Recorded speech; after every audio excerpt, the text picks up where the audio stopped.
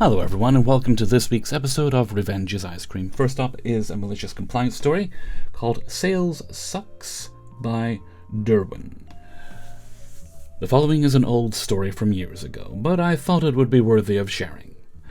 I, now 53 male, then around 20, also male, used to work for a now defunct electronics retailer called Circuit City in Southern California.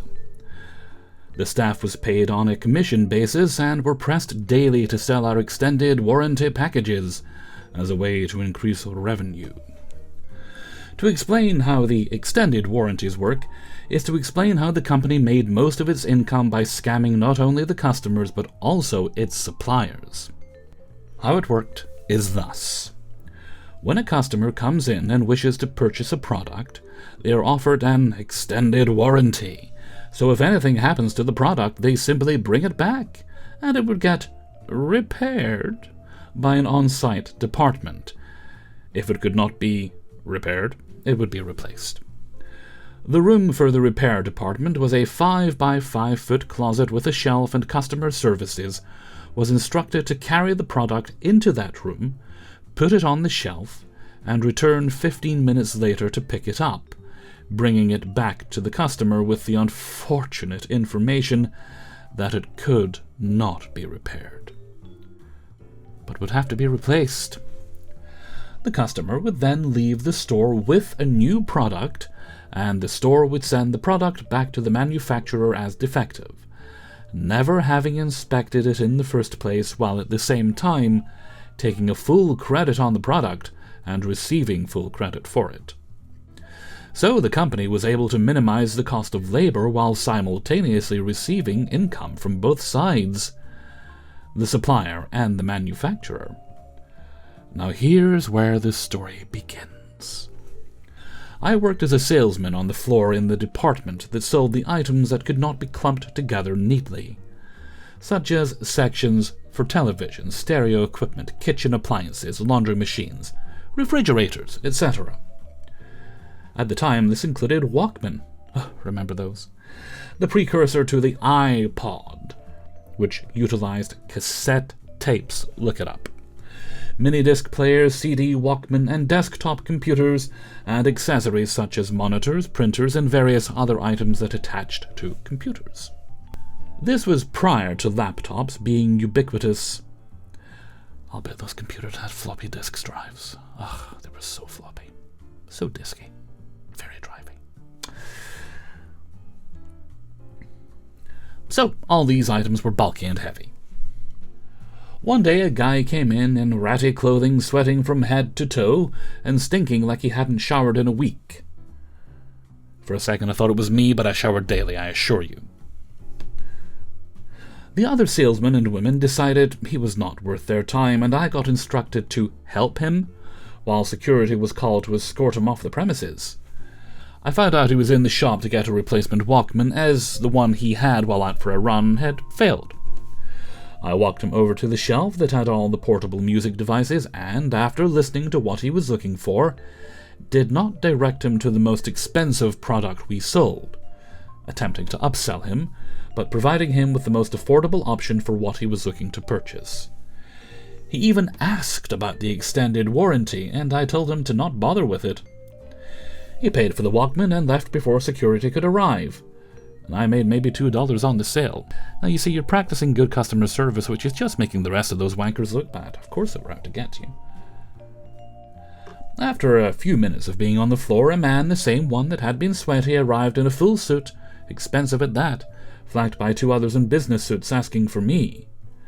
Turns out he runs multiple private schools and was looking to purchase a few computers for them, without all the extended frills that were unnecessary. Now, the computer sales at the time were the crown jewels on the sales floor, and if a salesman sold one, they were king of the hill of the sales force that week. This guy wanted 10 of them for his students to use, and I was personally requested by him to be the one to make those sales. I walked him through what we had, and the final bill was over $15,000, blowing away the next biggest sale that year by $10,000. When it came time to pay me, he handed me the biggest check that store had written that year. the staff decided to hold a ceremony in my honor and ask me to speak to encourage others that there was money to be made. I said only 4 words. "Thank you. I quit." And walked out of the ceremony, got into my car, and drove home, never to go back to that store again. I don't say this often, but you are a bloody legend. Story number 2 is Revenges on School Bully by Slenel 2. In my first high school year, I met R. R and I managed to get along and form a little group of friends. We were a bit like nerdy outcasts. Nerds!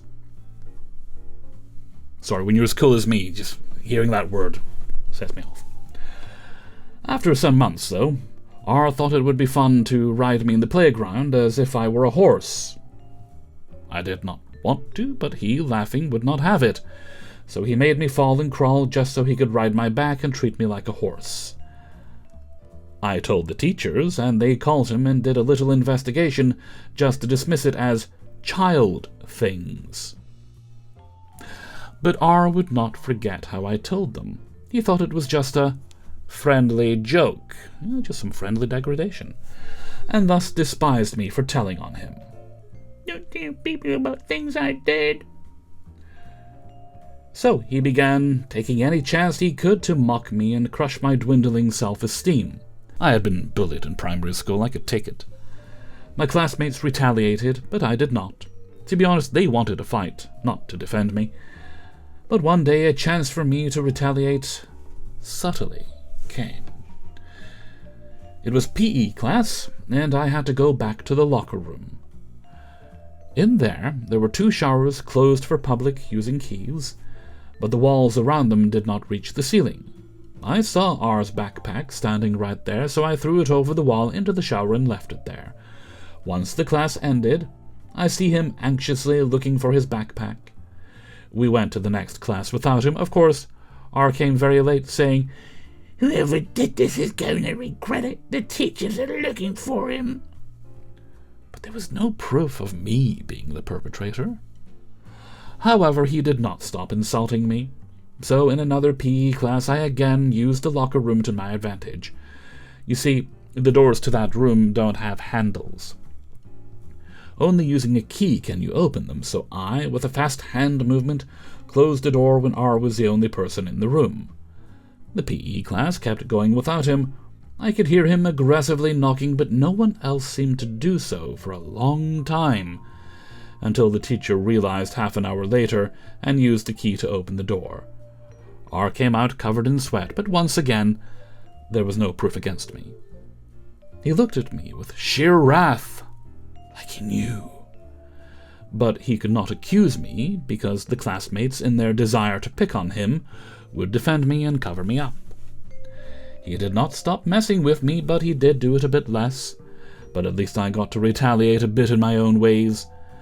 I would have to wait 3 years for him to leave my school, and never again did he have any sort of friends or anything, because people knew how he was. Never saw him again. Well, hopefully he grew up at some point. Sometimes the bullies do. Not always. Sometimes they just become big bullies. Then they find a bigger bully who sits on them. Anyway, story number 3 is My Jacket Isn't Corporate Approved. Neither are any of the other ones here. By Go Hakuna Your Tatas. Don't mind if I do. This is my boyfriend's story. Not mine, full disclosure, but he gave me permission to put this up. He's just too lazy to and doesn't have Reddit. I mean, anyone can get Reddit. But we're on YouTube today. He framed this story by proudly telling me his boss learned who not to be petty with today. While working in the back of the store, my partner was wearing his personal sweater. He was between a break room and a freezer and couldn't be seen by any customers. His manager, who just got there, immediately on his case. He tried to explain reasonably he'd have it on for maybe 15 minutes max, and remove it before going back out onto the floor. The manager refused, and begins pestering him and telling him he needs to remove it immediately. Why is the manager trying to undress employees? That's an HR call, I think. Under the reasoning, it wasn't corporate approved. Cue malicious compliance. The jackets they use for their coolers, not corporate approved. The gloves they use in the same coolers, not corporate approved. The communication system they use to talk amongst themselves in the store, not corporate approved. An hour or so later, my partner is going about his janitorial and stocking duties, having to work in the cooler to restock. Every 5 to 10 minutes he'd come out of the freezer shivering and try to warm up. After about 20 minutes of this, the same manager wandered over to them critically. "What are you doing?" "Stocking the freezer, but it's pretty cold in there." "Well, why don't you grab a jacket and some gloves?" "Oh, because if you actually read our employee books surrounding our uniform, those technically aren't corporate approved either." The manager grumbled and wandered off, only coming to find him in another hour and a half. "I've been trying to reach you over the communication system for the last 20 minutes. Why aren't you responding?" "Oh, that's because they're actually not corporate approved, unfortunately." "You're really going to be this petty?" "I don't know what you're talking about. I'm just following corporate standards." It went on like this for his entire 7-hour shift. At the end of his shift, the manager wandered up to him with an exasperated look. "I get it, okay? I need to know how to pick my battles." "You absolutely do." If I didn't know him personally, I probably wouldn't have believed he actually said that to him, but he almost certainly does. He cares very little what anyone thinks. Excellent. Story number 4 today is Boss Fires Me Illegally, Ends Up Paying for It, by Halda Marie. Hi everyone. Here's how my ex-boss and his brilliant management team tried to exploit me and ended up handing me the perfect revenge on a silver platter. Petty? Quite a lot.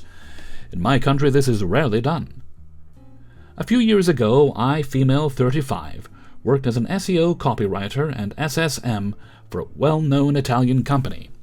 I spoke and reported directly to Big Boss, the general manager, and Mini Boss. When they hired me, they forced me to open a VAT number, Parita IVA, and work as a freelancer. In reality, I worked exclusively for them 8 hours a day, 5 days a week, just like a full-time employee. This is not exactly fair. I told them, they said, "Not worry, you will find more connections through us." Never occurred, of course it didn't. I did my job impeccably, always on time, never missed a deadline, and received plenty of praise from management and customers via emails and messages. The twist? The mini-boss's girlfriend and the big boss's mistress, yes, both on payroll, were hopeless at their jobs. They made mistakes, dumped their work on others, and only survived thanks to their connections.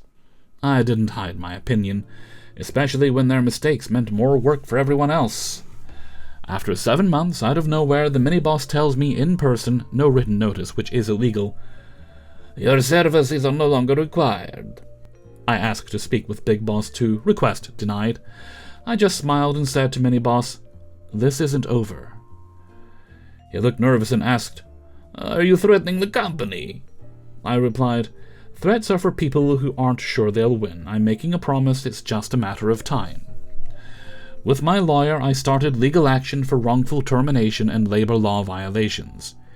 Here's where it gets delicious. The Big Boss, in his infinite wisdom, replied to my lawyer's official communication with a long, angry email full of insults and personal attacks. "Thank you for the extra evidence, genius."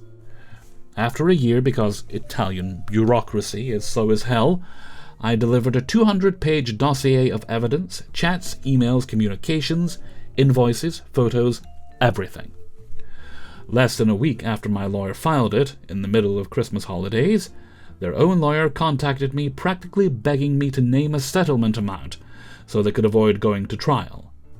With my lawyer, I asked for a 5-figure sum. They accepted without a single complaint. On the day of the settlement hearing, the judge actually congratulated me and my lawyer, for how thoroughly we'd documented everything. She then turned to my ex-boss and gave him a stern warning about his appalling conduct, adding, "We're honestly tired of seeing your name in court." Looks like a leopard really doesn't change its spots. Alrighty, fifth and final story today is all items on the floor are trash. Have fun rooting through the dumpster, by Ambitious Exam 3858. I'm a custodian for an office building. I clean bathrooms, take out trash, vacuum, etc. I clean in the morning before the office opens. When collecting trash, I'd occasionally find some loose papers under and behind desks, beside the trash can, or otherwise on the floor. Since I'm not sure if these papers are trash that missed the can or important documents that fell on the floor by accident, I pick them up and put them on the corner of the nearest desk for the workers to either file them away or toss them. Better safe than sorry. However, the manager did not like this habit. She came in early one morning, expressing disgust that trash is being placed on people's desks. Obviously, I never put actual trash like food wrappers or crumpled papers on desks. I explained my reasoning for my habit and expressed that I didn't want to risk tossing something important. My manager told me that everything on the floor is trash, I assume that includes her, and the workers aren't such immature slobs to drop important documents on the floor. Safe. I agreed, and said I'd never do it again. Flash forward several weeks. What, you thought it was over? My manager came in early and expressed concerns because a filing cabinet tipped over the day, and despite picking up the papers, they were still missing a few important documents. She asked if I'd seen them. I reminded her that since everything on the floor is trash, the documents were probably thrown away. She was irate, saying, "But this was an exception since a filing cabinet fell over." Onto the floor? I asked her how I was supposed to know that when I'm not here during the day, and was not otherwise informed to look out for these documents. That's when the situation dawned in this woman's eyes that she was at fault. She stumbled through some excuses before demanding I go to the dumpster and find the papers. Hell no. I told her that the office was opening in 15 minutes and I still had work to do. She stormed off and said she'd start looking in the dumpster. While I cleaned, I knew I'd face her again before leaving. My car is parked by the dumpster, so I thought of what to say to her as the final nail in the coffin. Sure enough, when I finished my work and walked out, the manager and a few other workers who'd arrived were rooting through the dumpster. When the manager spotted me, she demanded I come help. I delivered my prepared line. "Ma'am, my job description is to take out the trash. Your job description is to ensure the safety and confidentiality of your client's files." I walked away to, in my head, a cartoon-esque villain scream of outraged failure by my manager. A few hours later, I got a text saying there will now be a special inbox shelf for me to place any papers found on the floor for the workers to go through. At least lessons were learned. By someone. And that brings us to the end of today's video. Big thanks to everyone who allowed me to use their stories. If you'd like to support the channel, you can do so by signing up for my Patreon page, which is linked in the description. $1 or more a month, whatever you're comfortable supporting, gets you early access to all the videos on Monday. You'll also find a link to my merchandise store on Teespring and my Discord server. And I think there's threads as well, other links. And if you need to contact me for any reason, you'll find my email address, which is kingofthecities@gmail.com, down there as well. So if you need to send me a story, ask for a shout out, or any business inquiries, you can reach me through that. That's us for now. So until next time, thank you very much for watching, and take very good care of yourselves. Bye bye.